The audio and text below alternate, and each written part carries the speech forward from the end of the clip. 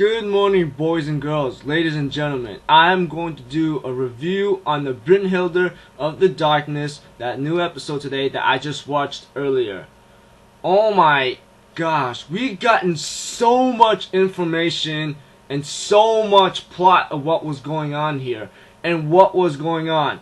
Dude, I even made a list right here. Like, take a look at this. A list to try to want to explain to you guys what is going on. That, oh my gosh, I don't even know where to start. I mean, all I know is it's pretty crazy right now. Very, very crazy. So out of control right now, and so much things to remember and to put in. I decided to do a list like this, maybe because it had so much to understand, and it pretty much wronged me out many ways. Oh my gosh, it frightened me so much. Okay, let's get this started. Alright, at the beginning we have the helicopter and the Valkyrie come to the observatory where Murakami and the other witches are at, you know? And by that time we end up seeing Chisato, you know, in the end, and he ends up saying, "Kotori, you're coming with us," you know, that kind of thing. Valkyrie's pretty much surprised that Kuroneko doesn't remember the Valkyrie, or other words, Mako, you know. I think that's her name. I think that's her name, Mako or something. Yeah, I think that's about it, you know. That's what I think overall. But during this episode, it's Mako, or in other words, seems very reluctant about releasing or wanting to hurt Kuroneko and the others, you know. While except for Kotori, Chisato was very concerned about leaving Kotori alive, which is number 1107. I'm like, that's her? Are you kidding me? Oh my gosh, it killed me and it destroyed my theory and my hypothesis. I thought Kuroneko was man, how am I supposed to say it? The number 1107, you know, number 1107. I thought Kuroneko was the one, but I was wronged out so badly. Oh my gosh, what an idiot I am. Well, I'm not much of an idiot, but it's just my hypothesis is wrong, you know. I'm just thinking right now. And overall, when it came to these parts, Chisato wants Kotori alive at all costs, which is very confusing. I'm going, you're willing to kill all the witches, but not Kotori. What's going on here? And you know, there was some crazy fight or something about there's been some crazy stuff going on, you know. And Hatsuna, on the other hand, tried to press on the Valkyrie's harness, but this one is very different from the other witches' harnesses, or the harnesto, you know. It's it's not a circle or anything. It's some kind of rectangle. It's some kind of weirdo shit that looks like some kind of thing, you know. I don't know, but if anything else, yeah, it's really confusing right now, you know. If anything else, if you guys watch the episode or something, or if you want to watch it or something, I'll have the link in the description box and have you take a look at it, because this episode is a lot of information that I'm going to explain to you guys, and those who knows about it, please tell me what's going on, because right now, I'm pretty much rushed up and confused right now. I'm just being honest. And after that, Kuroneko was trying to fight using her magic, but it was no use because she can only break objects. And right before Valkyrie and Mako, or the Valkyrie witch, she was very reluctant to want to kill Kuroneko for some reason. It's I'm sorry, I can't disobey Chisato, you know. She tried to blast Kuroneko, but Murakami takes the hit, and honestly, that's really gotta hurt. No joke. No, it has to hurt. What the heck am I thinking right now? And then Murakami was really was on the verge of unconsciousness or death right now, or he's going to death, pretty much. And Kuroneko and Kazumi's trying to keep him alive at all costs, and he ends up seeing Nanami in his vision, or in his head right now, or hallucinations that and Kazumi is thinking he lost so much blood he's hallucinating, but he's not. And Nanami says like there's a way that I've learned many things about the witches so far, and there's many like things of what's going on here, you know, and it was very, very, very, very informational. Like with many parts of the labs that the witches are afraid of right now, you know, very, very afraid of. And Nanami says, since she saw everything right now, like this video might be really long because I want to give you guys all this information that I'm very confused and complicated about. Something like I want you guys to help me understand what was going on, you know. And then by that time, like Nanami says there's one way there's only one person that's strong enough to defeat the Valkyrie, and that on the other hand is Kuroneko. But she says, however, like there's a way to unleash all of her powers, but the chances of her dying is 99.9%. And I go like, holy mother, you gotta be kidding me! That is a high percent chance rate, and that's pushing on top of a harness. And Murakami was Ryota was very close to doing it, but Chisato says, "Go ahead. You know she's going to die if you do it, you know." And this really caused Murakami like, frick, I can't do it, man. I ain't doing it. Then he dies, I believe. Then he ends up dying, of course. And by that time, Kazumi and Kuroneko cried so hard, like so forth. And Kazumi says, "What the hell's the point of me living if Murakami's not around, you know?" And I go like, well, this is real love for you, huh? And before Valkyrie could do anything, she can't use her magic, and a new crazy new strand of people comes in, and they all dress up in these kind of like crazy clothing. I think the leader might be the blondie hair girl, but like she said, like that phone's been activated, so don't even think you can run away this time. And of course, at the beginning, I did miss the part where Murakami's like trying to think of a plan, like begging his life or something, and then he only took him in, and then he activated the phone to actually save their lives or something, you know, that kind of thing. And by that time, oh my gosh, like before anything could, the reason why like Valkyrie couldn't use her magic, because one boy has the ability to neutralize any magic that's in his presence right now, whatever he sees.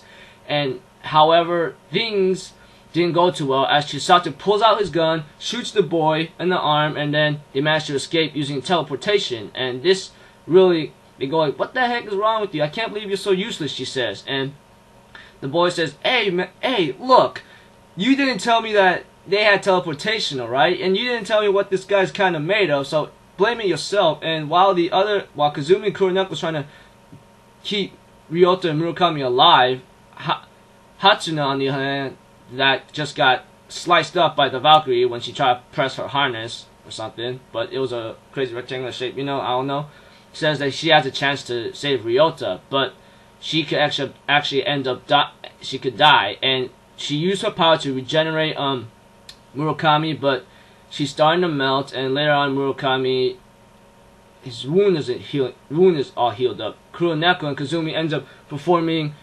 CPR or something, or I don't know, like rescue breathing as well. Like Kuroneko's like going mouth to mouth, putting breath into his body, while Kazumi's been told by Kana-chan, "Don't just stand there, give him cardiac massage or something." Boom, boom, boom. Murakami's alive, and he ends up saying, "What the heck just happened?" And Kazumi says, "Oh, Hatsuna gave her life to save you." And this really pissed off Murakami, because he goes like, "What the heck? Are you really serious about this?" And then one lady from the group says like, "It doesn't matter now because we're gonna kill all the witches." And Murakami says, hold it. What's going on here? What's going on here exactly? You know, I don't know. I don't understand. I don't really understand what's like going on right now. And of course, she ends up saying that there are no the group that you are talking to right now is known as a Hex and Jagged or something. I'm like, what? Hex and Jagged? What? Who is that? You know? I mean, that kind of thing. You know? I didn't know what was going on, but like yeah. And by that time, I think and everything is starting to be very revealing right now. The Hex and Jagged leader, which is a blondie woman, I believe, in my theory, says like there's something called the Drassels that's known to be aliens that's inside like the witches' bodies right now. If they hatch, they'll end up devouring the witches and end up becoming perfect horrors or devastating people. They live and eat people alive, like turning the human race into extinction. And I'm like, holy snap, are you kidding me? And they say that number 1107, which is Kotori, which to my surprise, like really, I was really shocked about that, is actually like the major threat right now. And besides all that, they did explain to what was going. They did explain like she has the key that could kill all of life right away. And yeah, I'm like, whoa, this is pretty crazy right now. And right now there was a scene where Kotori, which is number 1107, talks to Chisato, and she is known to be Rena, which is like probably Chisato's lover right now. And I'm like, whoa, are you really serious about this right now? Like, what's going on here, you know? And as the Haxenjag's leader continues, she says like all aliens must die, and Murakami argues with a logical reason, go like, hey, don't freaking go crazy, you know? The witches only have 1 week to live, and they just need the pills. I don't know what the hell is your issue.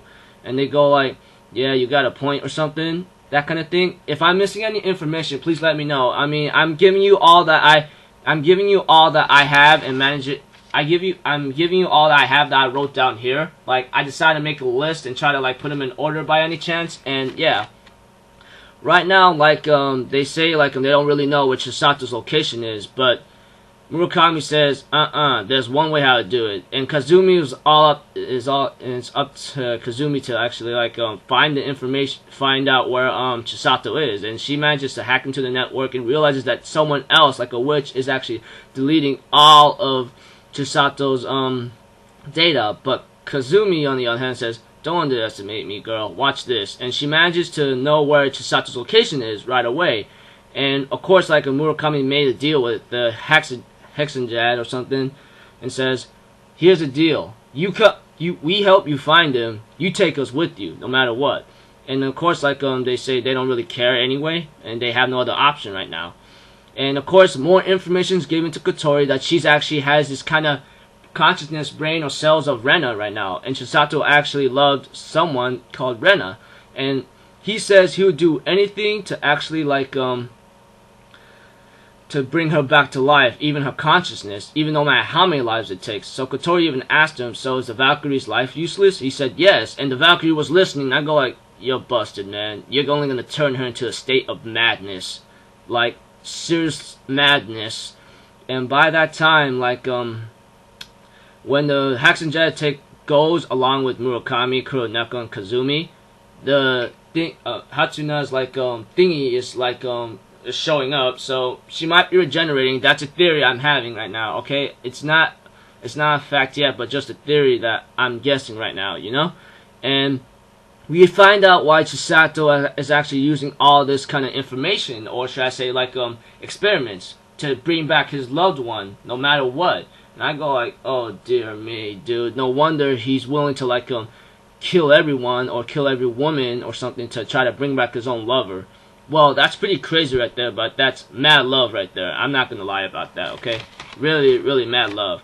And by that time, something happens to Kotori, and something's already glowing on her back and so forth. And yeah. Of course, like when Valkyrie like was eavesdropping, she said that like she knew she was useless, but she still loves Chisato, you know, that kind of thing. But yeah, sorry to be disorganized, but yeah. And let's get back to something about reset the earth, you know, that kind of thing that Haxenjad did say. And there's then a bright light, of course, like appeared behind Kotori's neck, and then she screams out, no. Then it launches in the air, and something, it's called the Iron Soul Self-Ire or something, and it says like it rules life, and all of them says once it's complete, all life is going to perish or something, and everyone is going to die. I just go like, oh man, that is not good. So I don't know what's going on, but like we have so much information that's already given to me or given to us. If you watch this episode, I'll have the link. I'll have the link to the episode. Like if you guys want to take a look at it, you know. And it's crazy. I know this review is very long, and talking about it is like could be annoying, but everything about it right now, I want to explain to you guys what's going on, and I want to know what's going on too. If you guys can comment below and so on and so forth, like. Tell me what's going on, you know. I'm very confused at the very moment right now. I mean, yeah, I mean, seriously, there's a light that's called the Iron Self-Ire, which will say that all life will perish once it covers up the earth, probably, and so forth. And all this time, Chisato's been killing women and making these witches and so forth to bring back the very person he loves called Rena. Oh my gosh, and I thought, like, he was just some punked up jackass, you know. But he has many followers at his side right now. But right now things are just getting more confusing and complicated in the end. Right now for me, I don't know what's going on or what's seeing here, but all this information that's tied up right now is now put into this episode. Or maybe it's been rushed, you know. Maybe for me, I hope many of you all can disagree or agree with me, but I'm pretty much like lost right now. If you boys and girls can help me out what's going on, I'll be very appreciative, you know. All the information I said in this video is what I had to say. Yeah, next week's episode, which is the final episode of Brynhildr in the Darkness, I'll be sure to do a live reaction on it and talk about it, you know. And maybe like no, I will have a list like information like I did right here, you know. Everything I listed right here is like this organized, but everything I needed to do was something that's worth talking about, because it had so much info like in this episode, like than the last couple of episodes, you know. I mean, it's really like confusing to me. Alright, hopefully you all understand what I said to you. If you can help me out of understanding what's going on, I'll be very appreciative. I did miss one information about the Haxengen's comrade that got killed, that they tried to kill number 1107, which is Kotori. And then Kuroneko actually met that person. She says this is the only hope to actually like for you to save humanity, that she get to Kuroneko. Right now, yeah, a lot of information is given to us, so hopefully you all can understand and you can help me out, you know. I mean, I'm very confused and complicated right now, so if anything else, like comment, rate, subscribe, share the video if you want to. If you can help me out, comment below, you know, I'll be willing to listen to you. I'm Alpha04, people. I gotta get going. I'll have episode link in the description box, and the other things of where another things where I usually watch my episodes, you know, because the episode usually comes out pretty early, you know, that kind of thing. I'll see you till then, and later. Bye.